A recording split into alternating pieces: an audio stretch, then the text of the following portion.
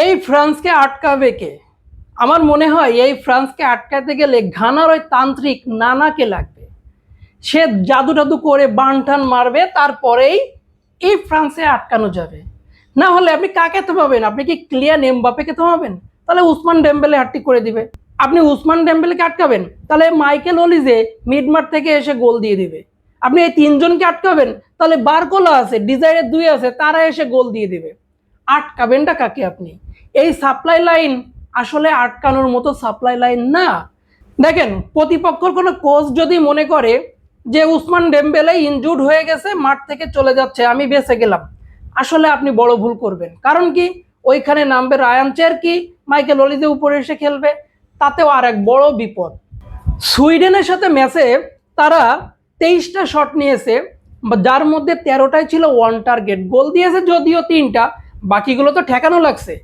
তাহলে এই গোলগুলো দিতে গিয়ে আপনি জানেন তো, ক্লিয়ান এমবাপে যে প্রথম গোলটা দিল, তিনি যে নাচটা দিলেন, নাচের কারণেই সুইডেনের 3-4 জন ডিফেন্ডারই পড়ে গেলেন।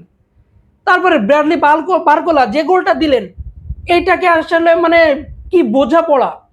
এরপরে যদি ক্লিয়ান এমবাপে দ্বিতীয় গোলটা, সেটাও অসাধারণ বোঝাপড়া। এই গোলের মাধ্যমে ক্লিয়ান এমবাপে চলে গেল 18 নম্বর গোলে। নকআউট স্টেজে সব থেকে বেশি গোল এই ক্লিয়ান এমবাপের। মেসিকে ধরার জন্য তার আর একটা গোল দরকার, আর মেসি তো এই বিশ্বকাপে শেষ। ক্লিয়ান এমবাপের তো বয়স মাত্র 27, তার তো আরো বিশ্বকাপ সামনে আরো 2-3টা খেলতে পারবে। তিনি সর্বকালের সেরা গোল স্কোরার হবেন, এটা নিয়ে কোনো ডাউট নাই, যদি না কোনো প্রাকৃতিক বিপর্যয় না আসে। এবার আসেন, আপনি মাইকেল অলিজের কথা বলেন। মাইকেল অলিজে আসলে কোন ধরনের ফুটবলার, এটা একটু যদি বলা যায়। মাইকেল অলিজে, ওনাকে মূলত দায়িত্ব দেওয়া হয়েছে আন্তোয়ান গ্রিজম্যানের দায়িত্ব। যেহেতু তিনি নাই, তাহলে আন্তোয়ান গ্রিজম্যান কি করতেন? বলের সাপ্লাইটা দিতেন কাকে? ওই ক্লিয়ান এমবাপে, উসমান ডেম্বেলেকে। কিন্তু মাইকেল অলিজে আরো একটু অ্যাডভান্স। কি অ্যাডভান্স? তিনি বলের সাপ্লাই তো দেন, বিল্ড আপ তো করেন, উল্টো তিনি আরো নিজে যে পরিমাণ শট নেন, ওই পরিমাণ শট উসমান ডেম্বেলে আর ক্লিয়ান এমবাপে মিলে নেন না। কারণ যদি ওইগুলো গোল হতো, তাহলে তো গতকালকে এই যে ফার্স্ট হাফেই তিনি 4-5টা গোল তিনি নিজেই পাইতেন। তারপরেও আপনার তো বায়ার্ন মিউনিখে তাকে দেখেন যে কি পরিমাণ ভয়ঙ্কর তিনি। এই ফ্রান্স দলেও কিন্তু তিনি কম ভয়ঙ্কর না। তার অ্যাসিস্ট সংখ্যা হয়ে গেছে 5 বিশ্বকাপে, এটা একটা রেকর্ড। এই সমস্ত ইয়াং স্টারদেরকে আসলে কে ঠেকাবে? পর্তুগাল ঠেকাবে নাকি স্পেন ঠেকাবে? হ্যাঁ, স্পেন একটু ঠেকাইতে পারে, কারণ স্পেনের একটা সুবিধা হলো স্পেন পজিশন বাই বল নিজেদের কাছে রেখে খেলে, বল পজিশনটা ধরে রেখে খেলে, যার কারণে ওই ফাঁকা স্পেসগুলো তারা আর দেয় না।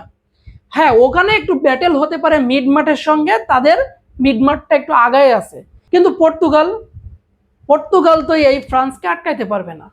এবার যদি মনে করেন এদিক থেকে ফ্রান্স চলে গেল ফাইনালে, ওদিক থেকে ব্রাজিল আছে, ওদিক থেকে আর্জেন্টিনা আছে, তারা যদি কেউ ফাইনালে ওঠে, তখন কি হবে? তারা কি পারবে এই ফ্রান্সকে আটকাইতে? আপনার কি মনে হয়? নাম্বার 1 কমেন্ট সেকশনে জানাবেন এটা। নাম্বার 2, বর্তমান সময়ে মেসি নেইমারের পর আপনি সেরা খেলোয়াড় কাকে বলবেন? হ্যাঁ, আমি বলতেছি না যে মেসি নেইমার তাদের সেরা পজিশনে আছে এখন বর্তমানে, কিন্তু তাদের যে পারফরমেন্সটা করে গিয়েছেন, তার পরবর্তীতে আপনি কাকে সেরা দেখতেছেন? আপনি সবাই বলবেন যে নেইমার। নেইমার তো সেই বয়সে এখন নাই, ইনজুরি তাকে সেটা করতেও দেয় নাই। তাহলে তার জন্য যে আমরা যে ভালোবাসা ছিল সেটা থাকবে, কিন্তু তার যে বর্তমান সিচুয়েশন সেটা নিয়ে তো আমাদের বলতে হবে। তাহলে এদিকে যাই, তাহলে আর কে আছে? আছে Kylian Mbappe, Erling Haaland, Harry Kane, এরাই তো।